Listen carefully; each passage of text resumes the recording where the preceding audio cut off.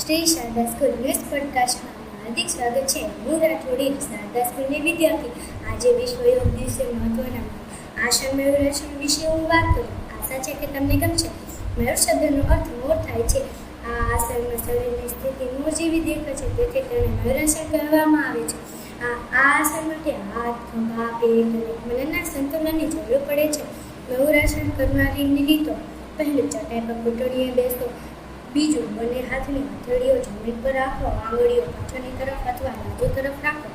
ત્રીજું, બંને કોણીઓને પીઠના મધ્ય ભાગમાં નાભીની આસપાસ દબાવો.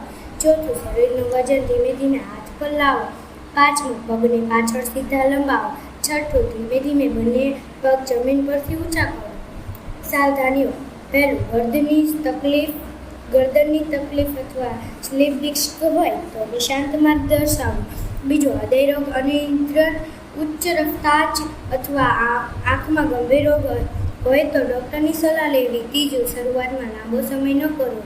ચોથું, શરીરને ઝટકાથી ઉપર કે નીચે ન લાવો. પાંચમું, ગર્ભાવસ્થા દરમિયાન નિષ્ણાતની સલાહ વિના ન કરવું.